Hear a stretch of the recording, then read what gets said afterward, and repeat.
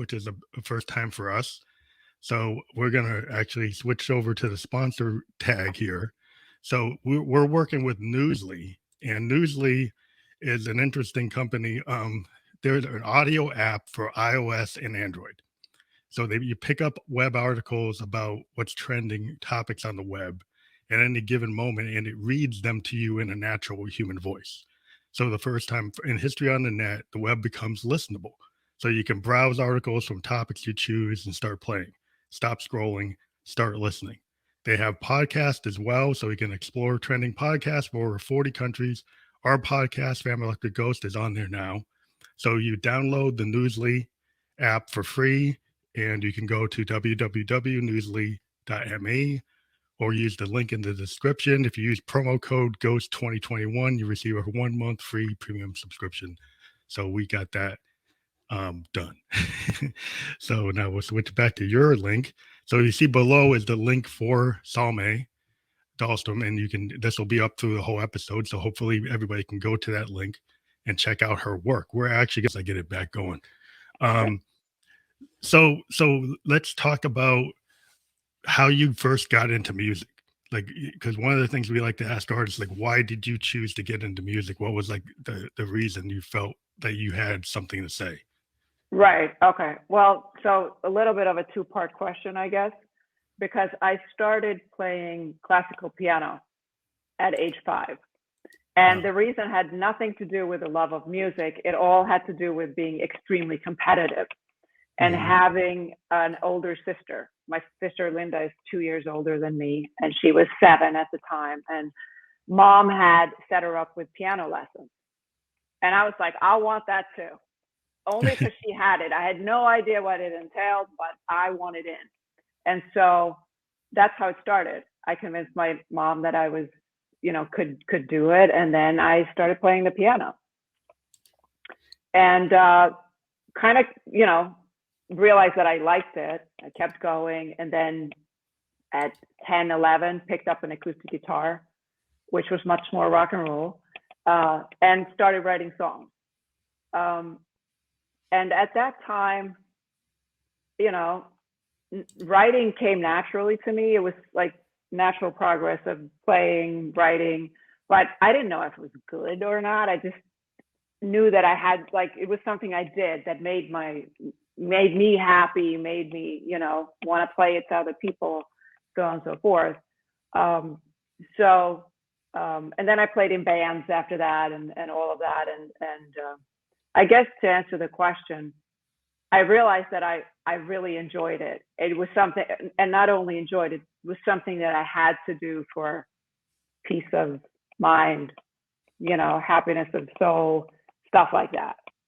Yeah, it seems like when I talk to a lot of artists, it's like the work is like so bubbling up inside them that they have to have an outlet, like whether they're a musician or an actor or, it just, painter, that there's some kind of thing like the Victorian poets called it like the muse, right? Or you pick this like energy, and somehow artists can channel it. And that's why I felt like most musicians will say, like, I don't necessarily do it because I'm trying to be like Madonna, or I'm trying to be Hendrix, or I'm trying to be, Robert Plant. I'm doing it because there's something inside me that I want to bring out. Yeah. And I want to do.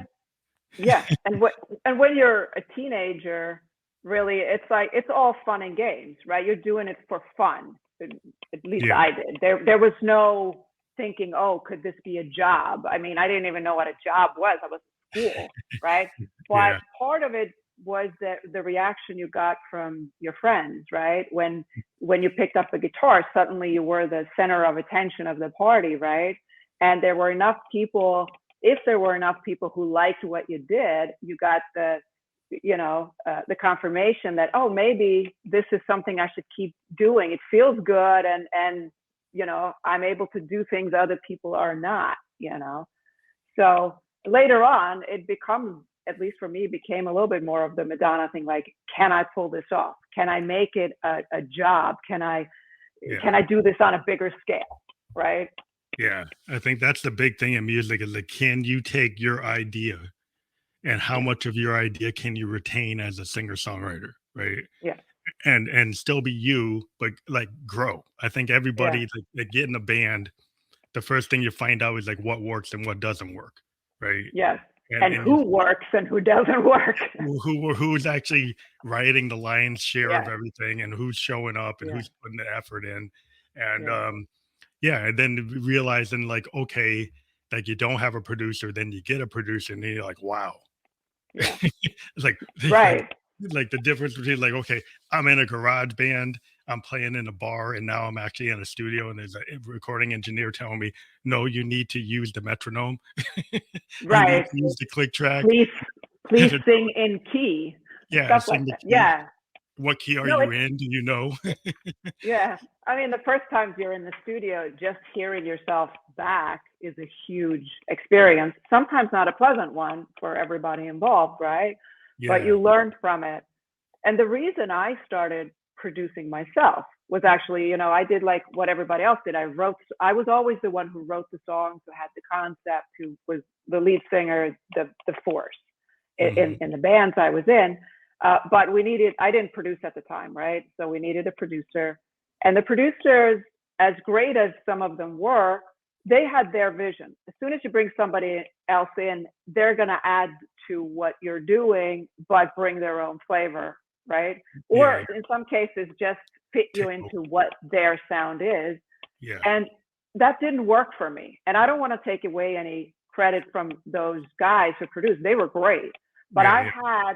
You have a a, vision. I had a vision in my head, and that's why I started producing, because I was like, nah, it needs to be this vision. Yeah. Well, I And it was think a lot, yeah, I think if you think about the great producers, you got like Brian Eno and Todd Rundgren and all these great is they have a vision, right? And either yeah, you agree with that or you don't. There's famous stories about how the band didn't really like how Todd Rundgren was working with them. yeah, right, um, but because he has a vision of how he does things, and he's really good yeah, within that whole genre. yeah, It's like the band is the band. yeah. And they can kind of produce themselves. Oh, So absolutely. I mean, it depends, right? I mean, I really admire Madonna. Look at how many different songwriters, producers, when she works, everything yeah, and she works, and she's able to make top-notch magic with all of them. I yeah, mean, she's I really envy cool. that a lot, because I'm not able to do that. I have my vision. I had to learn to produce. I mean, it's different roads you take, but I admire somebody who's able to be such a chameleon and just fit in and still be her, Yeah, yeah. I in think that environment, not just be like, oh, I'm working with this guy and I'm going to sound like that. No, it's Madonna working with that guy. yeah, And that is very special. I think that's really cool because you think about like Madonna, Lady Gaga, David Bowie. Like David Bowie was the like original chameleon. He could be Yeah. like he Oh, could yeah. be a thin white duke. He could be Aladdin Sane. He could be, he's gonna Yeah. be, Spiders from Mars. Ziggy. And Yeah. he would work with Amazing. different people, and he'd just become. I mean, he one day Yeah. he's singing with Luther Vandross, right? Mhm. And then he's doing like Yeah. glam rock, or he's Yeah. doing he could kind of cameo into anything. He's working with like German producers with Brian Eno doing all this Yeah. really futuristic new wave before new wave. Yeah. And it Um, was still Bowie, right? yeah, That's yeah, he's able that's to a retain talent. the Bowie edge, but Yeah. change. And I Yeah. think that is really core, when you start getting really into it. But I think, yeah, a lot of times singer songwriters today within the indie alternative world, or self production, I think it is like your vision. And I think that Yeah. if you're dedicated to trying to get it to be what it needs to be to get out there, Yeah. um, I always appreciated the sound of independent musicians. Like, I loved REM. I loved college radio. I was like a DJ. I was Okay. one. I Nice. was, I'm a 54, so like, I was Yeah. in the heart of like the new age era, new wave era. I was in college, like spinning REM and Huskadoo and the Oh, nice. Replacements and Camper Van Yeah. Beethoven. Like everybody that was like, oh, that I like all this stuff that nobody's playing. Right. And I've kind Yeah. of still gravitated to that kind of vision. Like the people I interview are people Yeah. like yourself, that where I want to find people who are not totally in the mainstream and are doing really interesting work. And I think that needs Interesting. to shine the light on that. And I appreciate that. Because I think that's I mean, it's boring to hear the same top 10 producers doing the same thing to everything. And not that it's Yeah. not danceable or not, Yeah. the hip thing to listen to, but I probably listen to the bottom 500, bottom 200 of the chart because I think that's where cool stuff is going on. I mean, I agree with you. I love the super pop top 10 stuff, but there's definitely more variety and new discoveries to be made in other areas, right, Yeah. of the music industry. Yeah. That's why I think it's just important to try to shine the light. So you realized you had a talent, you got into production, you were writing your own songs in the band. So like who are your influences and reference points if we were going to point out like other musicians, and some people don't really like to get into this, but like how far do you Right. want to go with who your influences, reference points are? So this is probably may come as a surprise to some people who, to my fans, but so my biggest references and influences are 80s hair metal and the big beat movement. Wow. Yeah, I know. But if you listen to my music, I think if I explain it, you hopefully you hear it. The melodic stuff, like it's Mhm. the melodies of the 80s Yeah, metal I do. stuff that's also coming from Sweden, where everything's about melody. ABBA, Roxette, Yeah, yeah, everything is melodies and hooks and stuff. The 80s rock was super melodic, great pop songs, right? yeah, But what I also loved about them, dressed up in the biggest sounds that you could play in stadiums and reach the guy, up in the nosebleed section, right?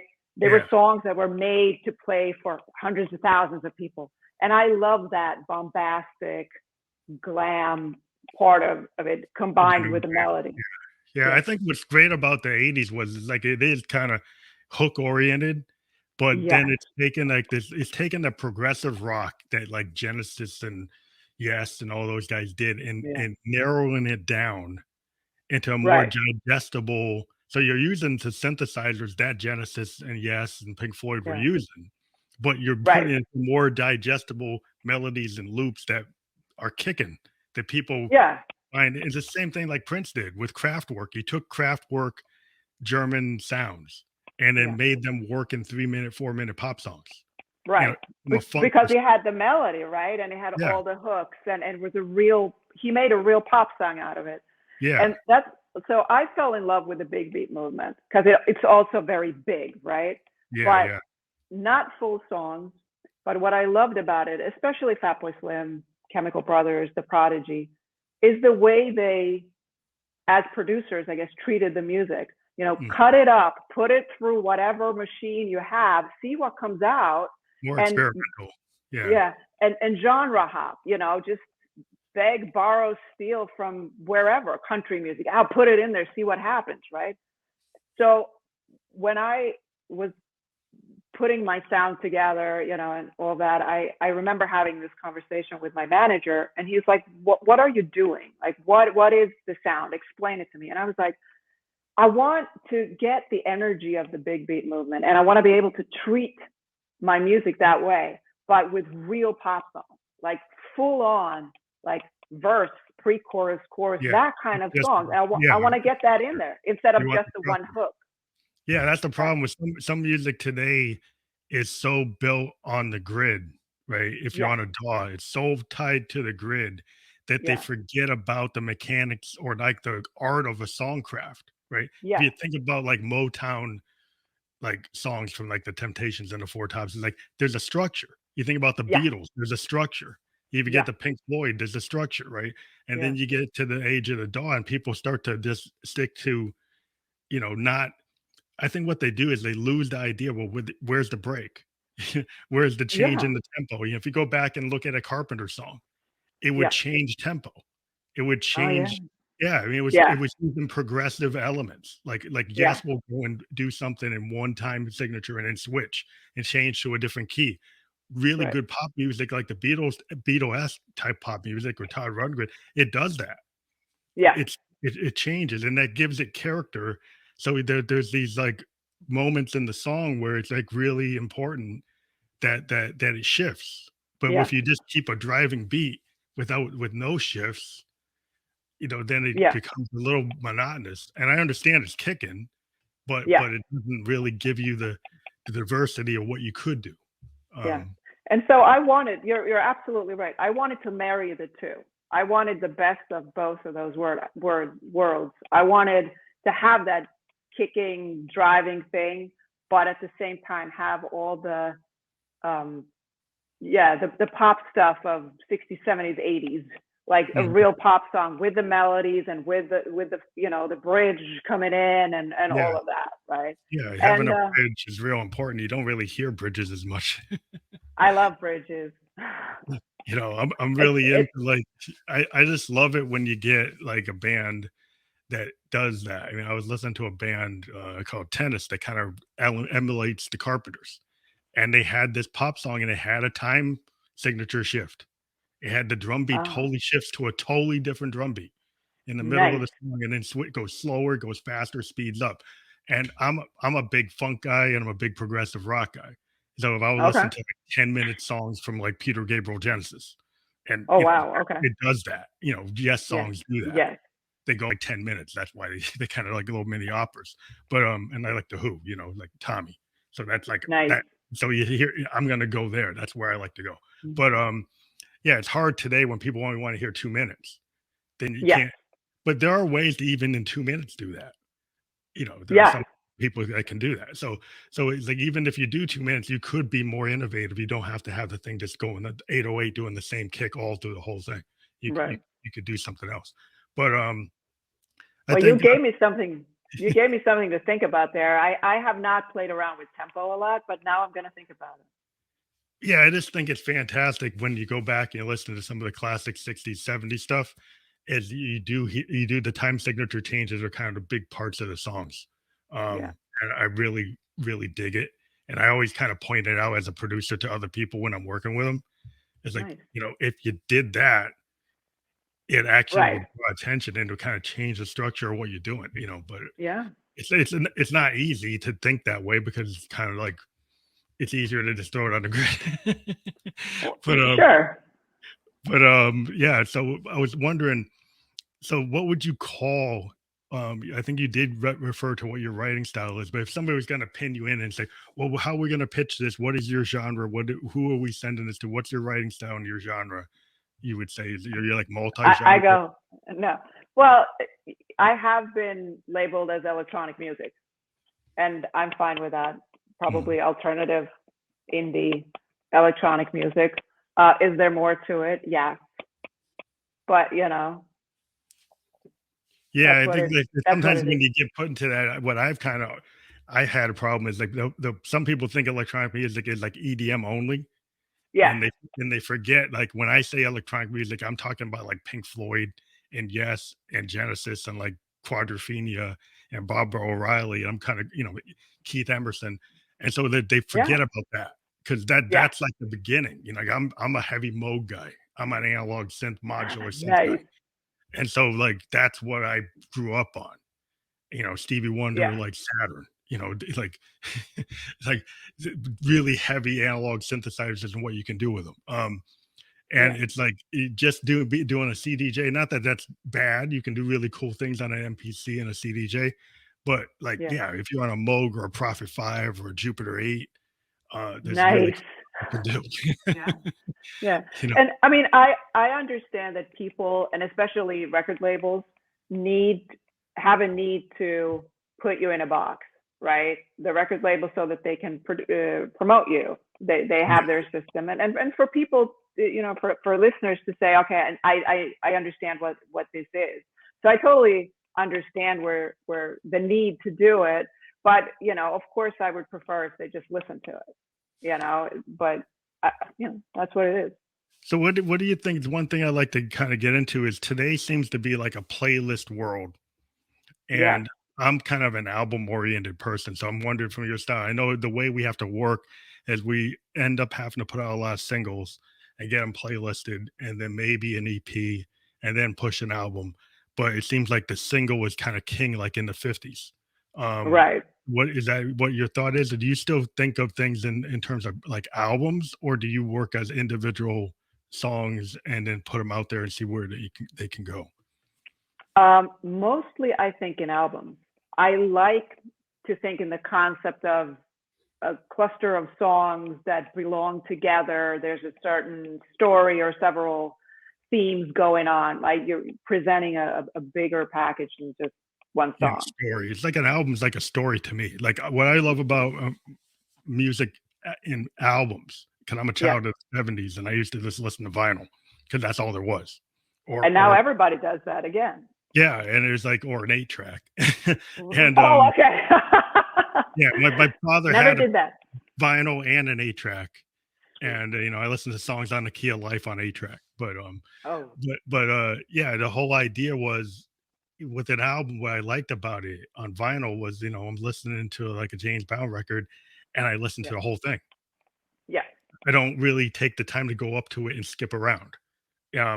And I think that in back in the day when you listen to it like a Pink Floyd The Wall or Wish You Were Here, Right. and you just sat in the basement with your friends doing whatever, and and it's like it was an experience just to listen to the whole side, you know. Yeah.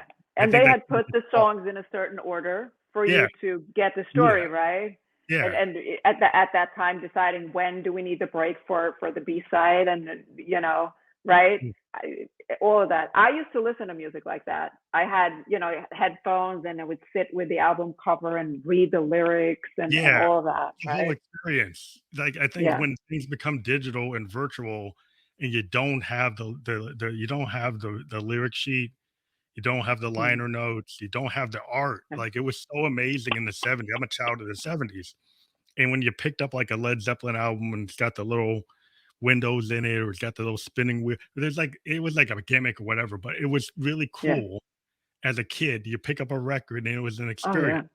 It was like you weren't just listening to it, you were touching it, you were Yeah. reading it, you were feeling it, and then it really connected you to the artist. I think you Yeah. like if you're a fan of like Yes or these bands, you're like, oh, I'm totally into Zepp and I'm totally into Aerosmith. Yeah, you were totally like you weren't just like one song I like from Aerosmith. Like I like the whole thing. Right. I'm gonna go see the Yeah. concert. I'm gonna watch the whole thing, and it just seems like that's kind of getting lost today a little bit. That it's not that way. I But think I agree with you. It has gotten lost. I think the silver lining here is, as an independent artist, I have more freedom, right? to do that, To kind of do whatever I want to do. I'm mhm, also my own producer, so hey. Uh, so that gives me the freedom to say, I like the concept of an album of songs belonging together, telling a story, deciding, what order they should, what's the flow of it, right? mhm. And that there seems to be, who knows? We'll see if that ever comes back to mainstream. That's a question. We'll see Yeah, what and it's happens. weird. It seems like hip hop artists are able to do concepts, right? There's a Yes, lot of hip hop albums where a lot of the fans have listened to the beginning to the end. If you bring up like a guy like sure, Tyler the Creator or Brockhampton or a lot of the right, hip hop bands, they have albums that are meant to be heard from beginning to end.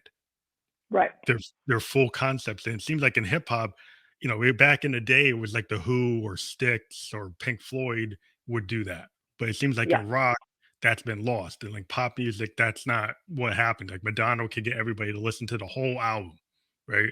right, Duran could get everybody to listen to the whole album. Rio, you're gonna listen to the whole thing. Um, yeah, it's just harder to do that today. I mean, there's some artists that are able to produce 3, 4 singles, and they can get you to do that. Um, yeah, that really kick, and then you'll get the whole record, but it seems more rare. yeah. I mean, I guess that change came around the Britney Spears thing when it was all about 3 minutes. Like, if you can get your first single, if your first single is a hit, we'll put all the money into you. That's all that matters, right? And then you're Mhm. going to sell whatever comes from that. A little bit back to I guess, the Motown era and the 50s and 60s where you only put out singles, right? So Yeah, and then pop, eventually, yeah, they put them into a record, but they all kinda didn't were disjointed. right? It's basically a collection of singles, right? At Yeah. that point. And I guess pop has kind of stayed there. Rock is a whole other can of worms that would take hours to discuss where that went. But I mean, I'm pretty hopeful and positive about where independent musicians, like, you know, the vinyl is coming back. Probably my next record I'm going to put out on vinyl with the sleeve for you all, with all the lyrics on there and all that. And more and more artists are doing that. And so, yeah, I mean, most of the artists I've interviewed since 2018 are album focused. And when I bring this question up, most of the people that have been on my podcast have talked about like 100 artists since 2018, and they all are focused, you know, except, you know, there's some in between that weren't, but I would say the majority have brought out the fact that they did listen to things as albums. They do want to do it that way. And that's part of why they're doing their own production work. Because a lot of the people I talk to, that's what they do. And it seems to be like that's, you know, in order to maintain that, you have to kind of control the reins, because if you go into the industry the way it is, they don't want you to do that. Right. So, well, the music industry is set up in a different way for profit, right? They don't think, at least, that it's profitable to do it that way anymore. That's why the major label system fell apart. So we'll see what happens, I guess. We'll just I think it's just encouraging. Yeah, I just like to hear that people are going that way. And more and more bands, I think, even because of what's going on in the world today, that I think people are taking a little more time and being a little more considerate about what they're writing about, right? Yeah. And so they're telling stories. And if you tell a story, it's not going to fit in one 3-minute song, right? It will tend to fit in a collection of songs, right? Which is like the standard songwriter toolbook. Is like you want to create a tapestry, right? Yeah. You want to create like a blood on the tracks. You know, you want to create some significant work that has a theme, you know, and that's what the past had. And I think every songwriter is like, okay, well, I do have a collection of songs and they do go together. It might not be a concept, but it feels like they're connected. Right.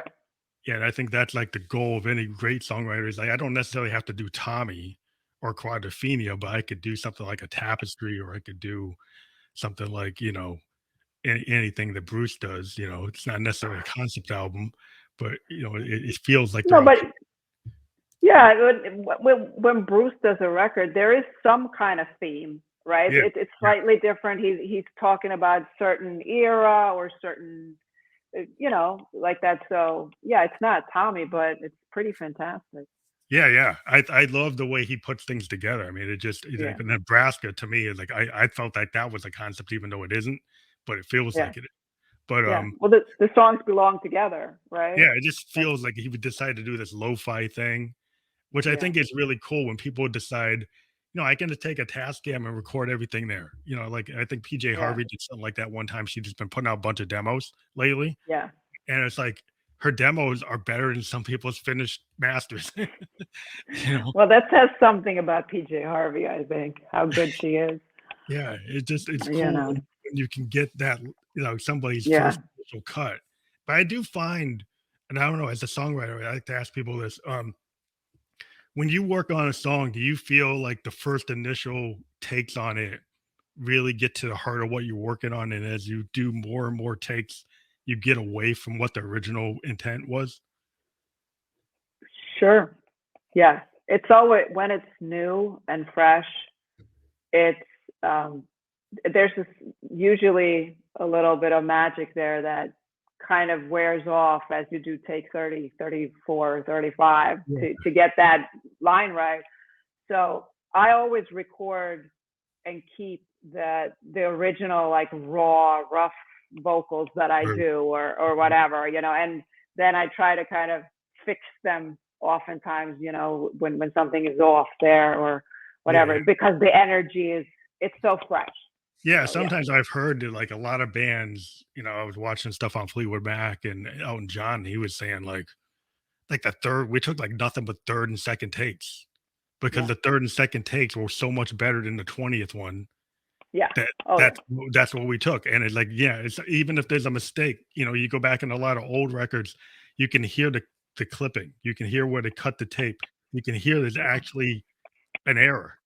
Yeah. but it's so good, it Yeah. doesn't matter. Yeah. And I I mean, think, that's one of the challenges I think today is when you record digitally, you don't just have 8 tracks or 16. You have as many as you'd like, right? way So too, you don't have to compromise in that department at all. And you can keep recording. I have my own studio. I can spend all day doing one take after another, right? yeah, So being a little stressed, pressed for time, being a little feeling like, okay, we need to get it done. That's not necessarily a bad feeling to have. This better be the take. Get a little bit of angst and passion in there, rather than go, oh, we can do 300 takes.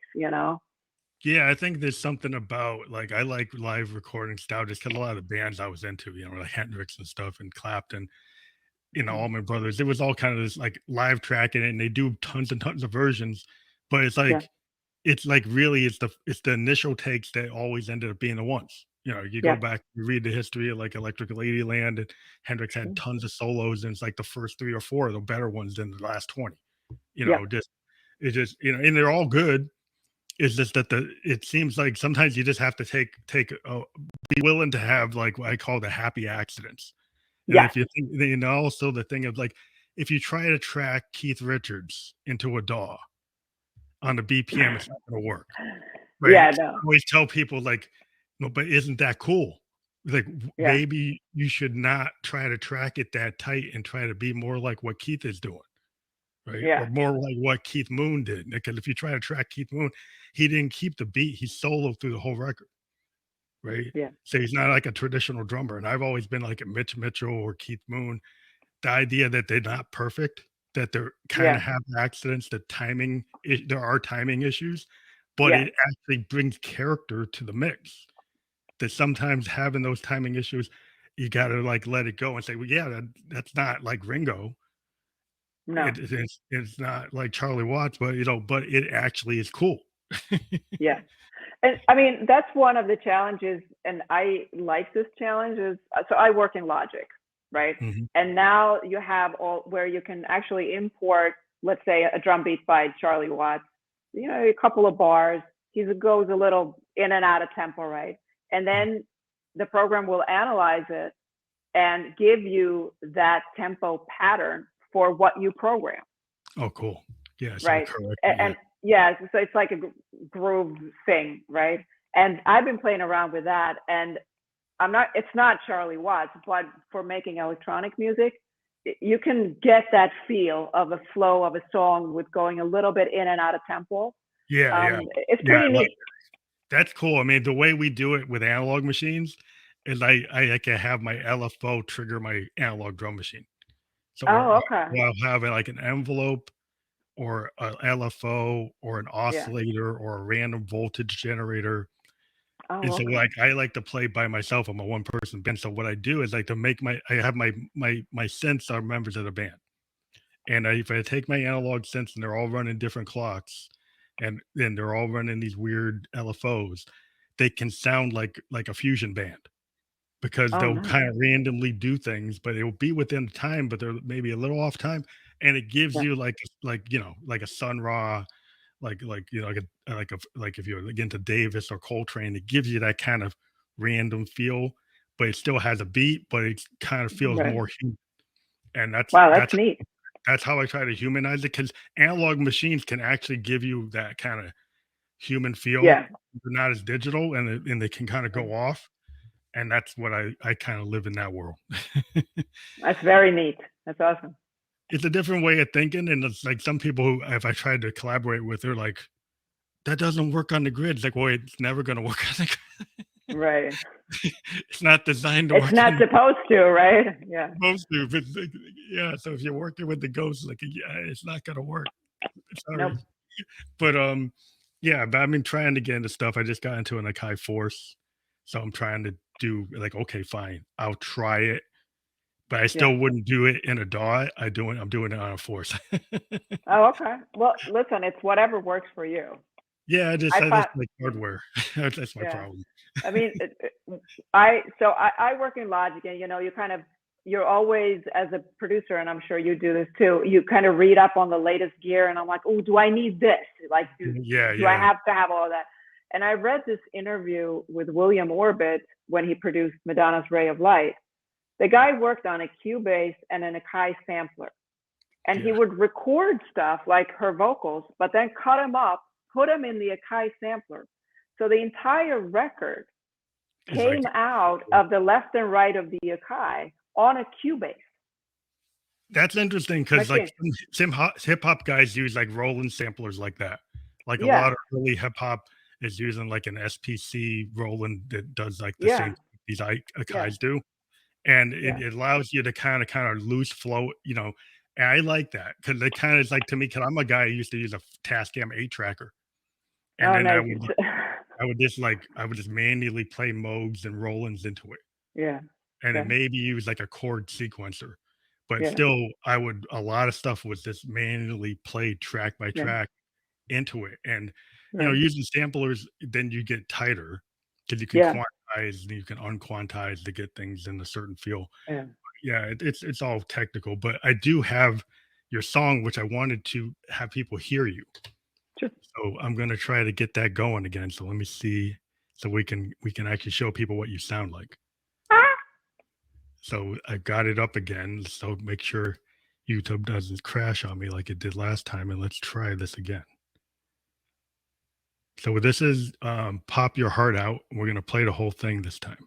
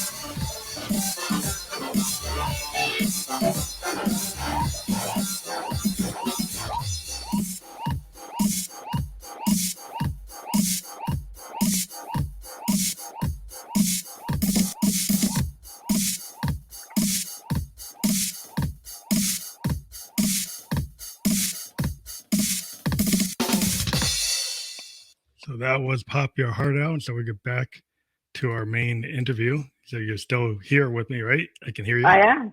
Yeah, I did it right. You did. Thank you.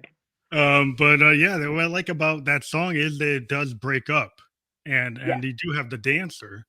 So maybe Yes. you can talk about how you produced the video and who the dancer is, and the whole story about how you put that together. Oh, now you put me on the spot because I do not remember the name of the Okay. dancer. But uh, I've done a couple of videos with this music director named Bryce Pravat, and a New York. Well, he's in New York now. Mhm. And what happens when you make a music video is, all the people who are involved, we get together and we drink way too much, and then we start spitballing ideas. And somebody came up with this really bright idea that there's this guy walking around New York City with his own disco ball, just hanging it up wherever and having his own dance party. Well, that's And cool. yeah, I wish I could take credit for that brilliant idea, but I didn't come up with it. Anyway, so that was one of the drunken sessions that produced that idea. And to offset it, I wanted to have a live band feel, So you had like a with live band, like '80s kind of video with like a real band playing, and it yeah, had that kind of new wave kind of element of like having like New Order or Joy Division. You'd see them actually in the video playing. Um, yeah. that You was like the see, whole thing yeah, in the '80s was like a lot of the new wave bands. You'd see them like Echo and the Bunnymen, all these guys. You would see them playing in the videos, yeah, and yeah, they'd have maybe concepts too, but you'd also would see it cut into the band actually, like the Cure is actually playing. yeah. Depeche Mode they're playing. Right.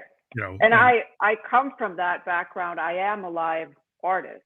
I've played yeah, so and you want to show that. done that. So it was a natural thing to show it. And then this is actually a remix. So you have these two guys called the Specker Frex, whom I know, it's a wonderful name. I love it. I had found a couple of their songs on somewhere on the internet, and they were really into the glitch Oh, stuff, that's but brave. doing it beautifully. I love their stuff. So I reached out to them, and they were gracious enough to. So this is a remix of the original, and so they're in the video too. They're the two guys. You know. Yeah, well, I like that really kind of glitchy, kind of Yeah. techno driving, like a Prodigy kind of thing. It's got a low 9 inch Yeah. nail. It's got the grit because that's Yeah. the cool thing. And like electronic music, you can be very melodic. You can be kind of, happy chords, Yeah. or you can kind of come at it like Trent Reznor or Prodigy and actually slam like a punk rocker, right? Like Yeah. you get a little heavy metal, a little death metal in it, and just kind of have that kind of razor edge thing, which I Yeah. like to kind of put that in because part of electronic music is that you can simulate guitar type sounds or try to be heavier and not just Right. do Beatle pretty chords or really nice classical type chords. And it's nice to do that, but I think it's cool to Yeah. actually be a little more aggressive. Oh, absolutely. I mean, going back to what the two music genres that I put together for my music, right? You want the pop rock song, the melodic stuff, but you want it to be hard hitting and big. And Mhm. so, Yeah, you like a get that. ham and cheese sandwich, baby. Yeah, it's always cool to have that heaviness. Yeah, 'cause I'm a big fan of Uh, Zeb and the groove bands, oh yeah, yeah, AC/DC, and it's like, oh yeah, it's like there's always a yeah, place to kind of put that heaviness in, yeah, you know, and that's like it's kind of what kind of I like genre bending because like you can pull something in from funk, you can pull some jazz yeah, type of composition or some classical structure. yeah. And a lot of times heavy metal is that. You see some of the heavy metals, a lot of classical type structures coming in Oh yeah, terms of like the way the guitar players yeah, are soloing. It's like a lot to do with that. But then there's like the heaviness of it is always kind of blues based. So you have a yep, little bit of blues heaviness and then some really, virtuoso classical type of scale mixing. But yeah, it's just always cool to see where you can take, 808s, 909s, 727, all kinds of weird drum machines, Lin drums or whatever, and bring them in yeah, and then kind of control everything and then make it get out of control. I think that like the moments in between right, a yeah, little out of control is where the kind of punk nature of thing. I love punk aesthetic. And I yeah, think what I liked about Joy Division when they hit the scene was it's like one of the first new wave bands, unless you say I would say that Brian Eno was really one of the first new waves with Bowie, but yeah, technically Joy Division is one of the first new wave bands like in '79.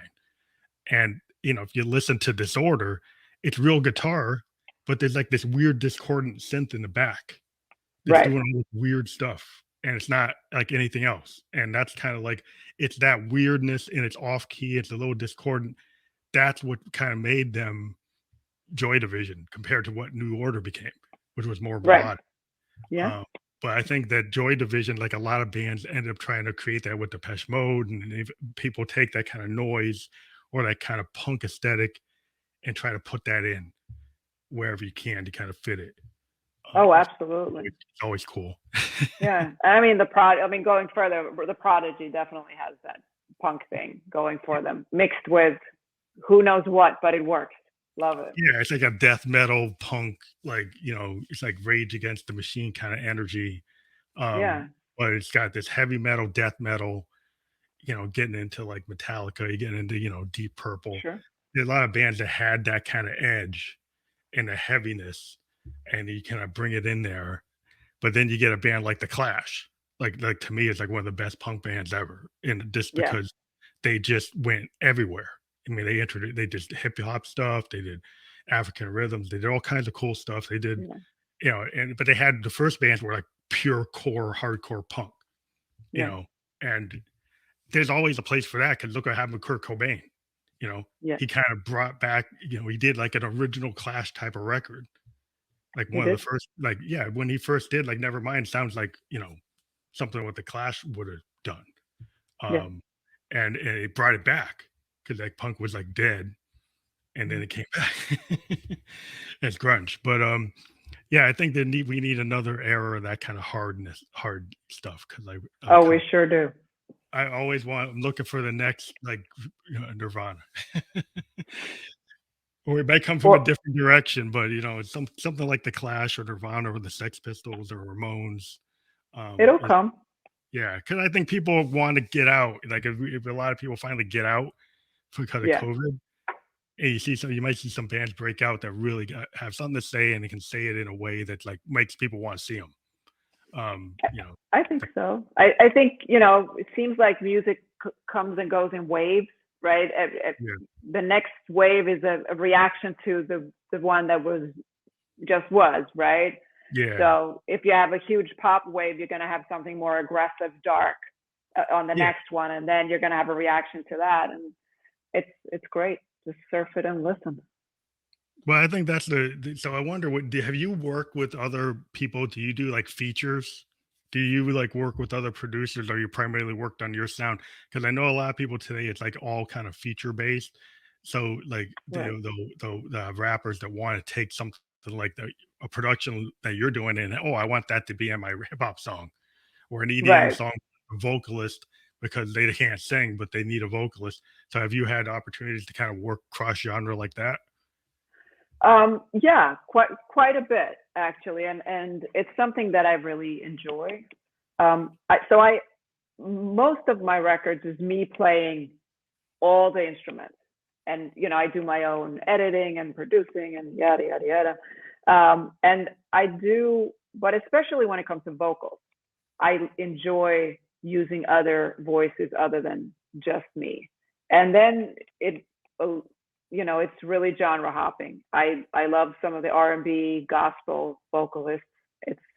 It's a sound that really works with what I'm doing to get those voices in there.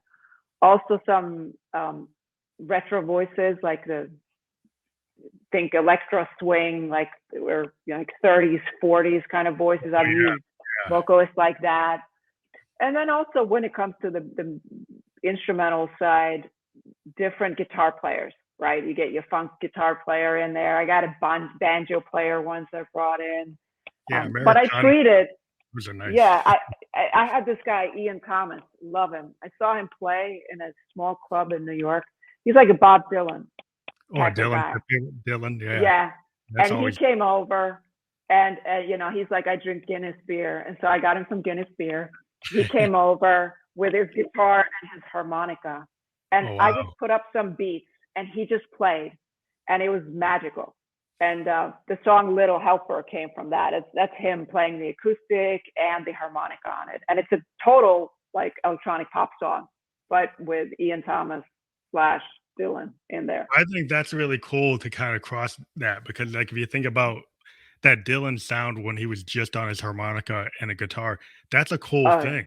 And if yeah, you kind of merge that with like modern beats, that's it. yeah, Like you see that kind of going on today with country influenced hip hop. yeah, There oh that yeah, that there's like people thought, oh, well, that couldn't work, and then it's working, right? And so it's working just like great. like fusion jazz based hip hop, there's a lot Yeah, of I really like it when you like a rap artist will kind of just do spoken word over like a fusion band, like a oh fusion yeah, jazz band in New York will actually sure, just play, and then it have them be like a poet just reading poetry, and that always, I always felt like Lou Reed and the Velvets. That's what that was, because yes, Lou Reed is a poet, and he's yes, basically doing spoken word over this kind of early punkish band, um, mhm, doing kind of simplistic punk, but he's got the complexity of his storytelling being done yes, in a Dylan-esque way, and I think, well, that's always cool, and I always tell people, like, if they can't sing and they're trying to sing, it's like, do spoken word, like, write a poem and then tell a story that means something to you and speak it out like Lou true, Reed or like the way Nico did, and right, that can actually have a really good impact, and it can sound good. You don't have to try to stretch your voice beyond what you can actually do. yeah. So there's different things you can do. I mean, it's not gonna be that song you were trying to do, but it might be a song that you should do. No, I agree with you. I mean, go where it's hard because you oftentimes you know what you want to sound like, right? I mean, I want to sound like Whitney Houston. It's never gonna happen, right? Yeah. Yeah, I have to But know that. so go where the song takes you, right? Yeah, yeah. Make it special, make it you. Yeah, if you think about it, you think of like a Juliana Hatfield or a Liz Phair. They don't have Whitney Houston's voice, but for their Yeah, work, their voice is the only voice you could ever use, right, right? So you exactly. don't have to have perfect pitch. I mean, a lot of artists in that kind of genre is like, they don't have to have that, but it's what they say and how they say it. It's like Dylan. Yeah, Like Dylan, some people say, well, technically his voice is whatever, but he has so many different voices, from Nashville yeah, Skyline to like Blood on the Tracks, and the stuff he did with the band. Like when yeah, he first started, he sounded like Arlo Guthrie. He sounded like Woody Guthrie. Then he yes. changed to Would this other voice, and then the Nashville Skyline doesn't sound like anything else. And so no. he actually is a really He's good happy. singer, but you have to like, well, he's not going to be Tony Bennett, and he's not Frank No, but Sinatra. it's what he does. It Yeah, works for what he within does, Bob his Dylan, material. right? Yeah, it Yeah, works for his material. So I think that's where you got to get to some people. It's like, well, I can't reach those Robert Plant notes. yeah. Well, that Don't. do what you can do. Yeah, You know it yeah, always like when I was early in the '70s, everybody was trying to be like Robert Plant. Everybody's trying to yeah, be Roger Daltrey. And it's like that you're not gonna be able to be those guys. Like be who you are, like you yeah, said, and then be the yeah, best version of you. And then that's kind of where I think bands like the Ramones and the Replacements and stuff, they were willing to realize, okay, I'm comfortable with who I am, and then yeah. I'm sing within that, and then they really have something to say. Um, even like Michael Stipe, you think about that. It's like, you didn't even know what REM was saying in the first records. Really, I didn't know that. Well, if you listen to the first IRS REM records, it's like Yeah. mumble rock. You Oh, don't really know what right. Stipe is saying, but he Yeah, sings these harmonies that are really interesting. But yeah, you're like, what is he really saying? You kind of imagined what he was saying. He didn't yeah, really know. I mean, later when he got on Warner Brothers, they cleaned it up so you could actually hear what he said. yeah. But a lot of people said, "Well, I like the IRS stuff because it's like I kind of imagined what he was saying and I didn't know what he was saying." but but um, but you never know because people who your audience sometimes thinks you said something that you Yeah. didn't. Because people interpret the song the way they want to interpret it. Mhm. But That's I don't know. that's Have you ever part. had like a fan like tell you what they thought the lyrics were for your song and then they got it kind of wrong? Um, well, yeah. There's a line in Come On Y'all that's they said, well, what's the throw up line? They said, I'm like, what are you talking about? I mean, they're like, I really love the throw up line. I'm like, what? They go, well, the throw up like a pond. And I'm like, I think the line is blow up like a bomb, but they said it was like throw up like a pond. And I'm like, who does that? Well, that's weird. That's it kind of tells you like how people interpret. Like I had a philosophy Yeah. teacher that would say like people kind of imagine what they want, right? Yes. So they hear something and they kind of control it based on where their head's at. And Yeah. so like that's kind of music is very individual to the fan because Yeah. they hear something and they kind of imagine their own mind picture. And the Mm. artist could have one picture that they did. And I think it's kind of cool, when you don't have a video, sometimes because people just kind of interpret your song however it's going to be. Yeah. Because it is kind of like the fans kind of own your music once they got it, and they think it is what it is. Yeah. But I think that's the Sure. whole good thing about music is like people just take they hear what they how they see it, and it's like a sound painting. I was always True. into the idea that music is like sound paintings, and that you can color it in any kind of way you want, and that's kind of like the art of what you do in the studio compared to what Yeah. you do when because you think of it like when you're in the studio, do you feel like you have more tools like a painter, like a sound painter, than when you do something live? You're limited to being able to do it in a certain way. But Oh, when of you're in the course. studio, you can do all these things like George Martin Beatle tape loops and running things backwards and doing like the wall of sound or whatever. You have a lot of choices. And maybe it's the studio version is really supposed to be like that kind of sound painting interpretation of your work, and Right. then the live version is like, well, this is the actual real version, life version. Right. No, of course. I mean, the studio to me is my playground. That's the laboratory, right? You go in and you create and you have all these like crazy machines and you try different things until the magic hopefully happens, right? Live to me is trying to recreate that not too far from the original, right? Since I make electronic music, if I went out and I played with a band, it would sound like pop or rock music, right? So I need a way to try and incorporate the beats or the sounds and the filters and stuff without making it too complicated. These Mhm. days, there's enough technology to help you do that. You run a track, right?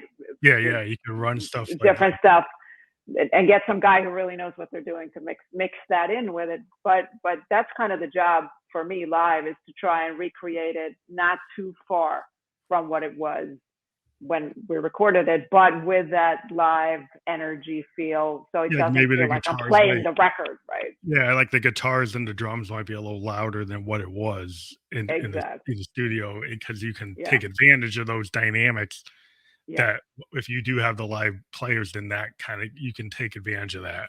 Yeah. But I do, yeah. I mean, I what I do, I mean, with a lot of my stuff is I use a lot of sequencers, and now, like I said, I got Nakai, and so I can run all my stuff like it's Ableton Live, like running tracks. But I Right. like to like not necessarily play it the way I wrote it, just because it's Ah. kind of like I'm gonna come over like a jazz guy. So if I do something, my thing is like I don't like to play my song the same way. I can if I want, if I really Yeah. have an audience that wants to hear something the way I wrote it, I will Yep. do it. But a Okay. lot of times I'd like to go out and actually purposely change it because then that makes it like unique for that performance. Um, Yeah. That's and so amazing. it's just a different way of thinking it. And that's kind of like the reason I'm into music is because that's where I'm coming from. Like there's so many different versions of Hendrix doing stuff Yeah. because that's what he would do. Or if Yeah. you go listen to Jim Morrison and Doors, it's like they go out and they do the end like 10 different ways Yeah. because that's the way they want to do it. Or the Grateful Dead, they would kind of do it. Or the Allman Brothers, they go do something, but it's like not exactly the way they originally did it. They kind of go off. And I'm kind Right. of in that kind of tradition is what I like. But I do understand like today you can actually do your song the way you wrote it. You can. And the problem when you play live, if you are using a sequencer, right, or you're running a track, it's like you can't go off script. It has to. You can Yeah, play does stuff that a feel little limiting? differently, but it's still, if the ending is 8 bars, the ending is 8 bars, right? You've got to stick with it. So you got to. The challenge is to find ways to make it as live feeling as possible, to get that live feel, but with the push of having the electronic sounds in there, right? Yeah, And I it think can be done. It's just yeah, I guess it's a balance because sometimes some people go a little too far and it's yeah, exactly like the record.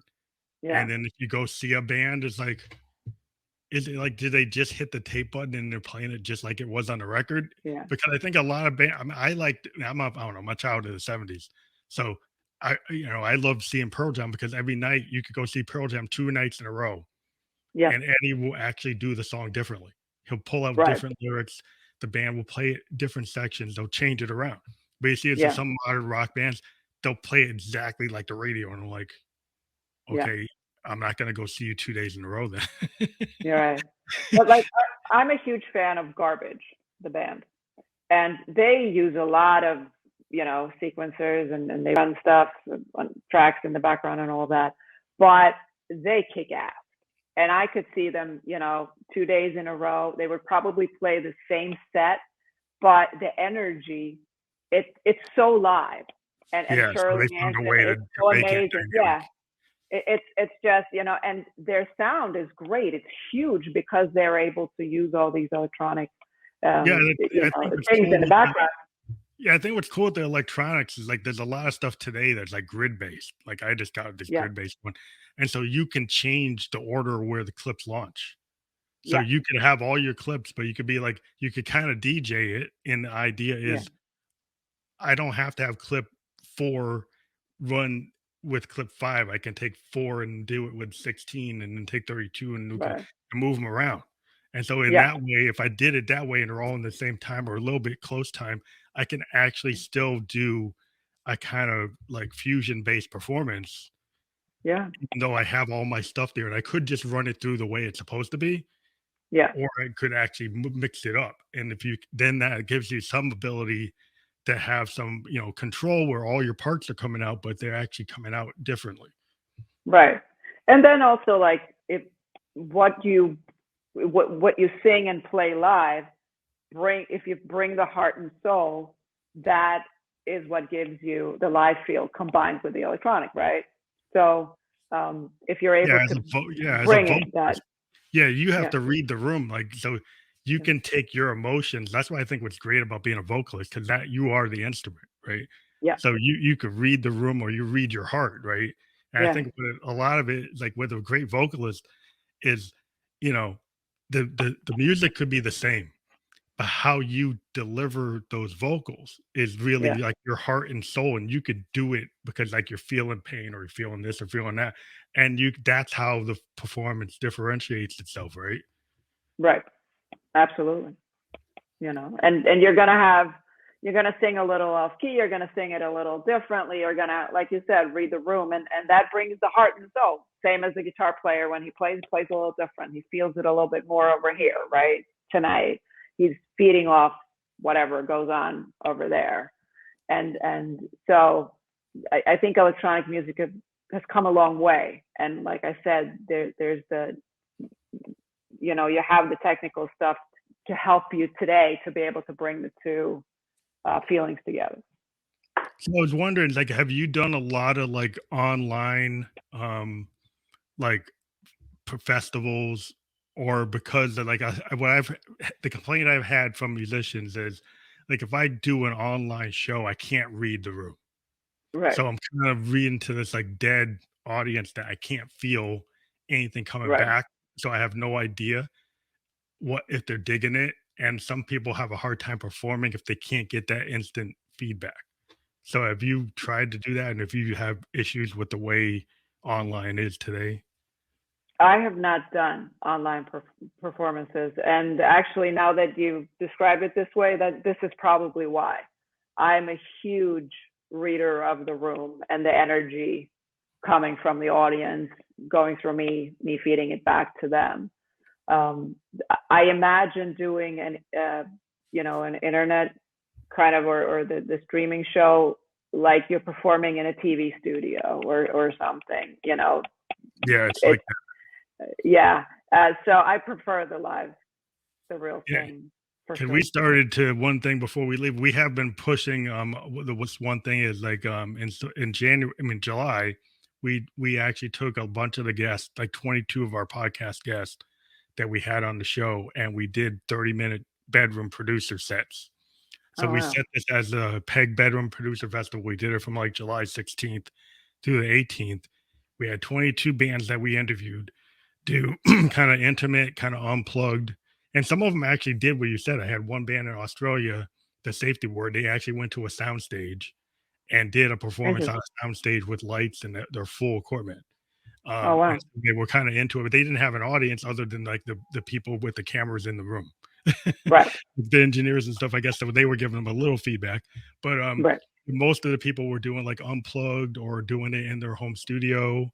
And we're actually going to do it again in February from 11th to the 13th. So we always have an open invitation to anybody who's been on the program. If you're into that, you kind of have to read it the way it is. It's a chance to do like an intimate unplugged type of performance that maybe you wouldn't do live because it's kind of pared down. But yeah, Yeah. we're all giving people like the opportunity. If you want to participate, we are starting to book that out for Oh, February thank 11th, you. 13th. It sounds really fun.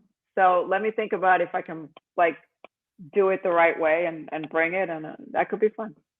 Yeah, we just like so it's cool. Like if you want to, we can try it, and you can talk to me offline about how we set it up. Sure. Yeah, so it's we can send you a link of like to what it looked like before. But yeah, I think we're rounding up today. We can only run like about an hour, a little about 8 minutes over. But that's the way it goes with this show. Is like sometimes like you don't know if you're going to be able to do the full hour, and then you go over an hour. See, we could do another hour and just keep chatting. Well, I think it's just really cool to talk to other musicians. I mean, that's why I did Yeah. set this Thank up you. because I think with the pandemic, eventually we wanted to be able to do this like in New York and Right. actually have people come to a studio and Yeah. be in the studio.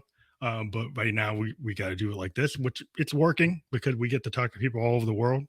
But yeah, we just appreciate that you're on the show. We want everybody to, again to check the link tree that's been streaming below here and check out all your work. Everybody should like check that out. Go to your YouTube channel, subscribe to it. Download, click, like. If when you're with a musician, following a musician, you need to treat it like a YouTuber. Say you like it, subscribe, tell other people about it, playlist it on Spotify, playlist it on Apple Podcasts. I'm a big promoter. Like if you like a musician, do everything you can as a fan to show that you like them. Please love me. Well, yeah, I think it's just, coming from the back in the Yeah. day in the 70s, we kind of did love people like that. I think we should try to get Yeah. that back. I appreciate that. Thank you so much for having me. Thank you very much for being on the show. We will send you the other information as it starts to show up at other places. And yeah, we're looking forward to it. We always have people come back on. So the next project you have, if you have an album release, let us know and we will push that. I'd be happy to. Thank you so much. Okay. Thank you very much. Take care. Bye-bye.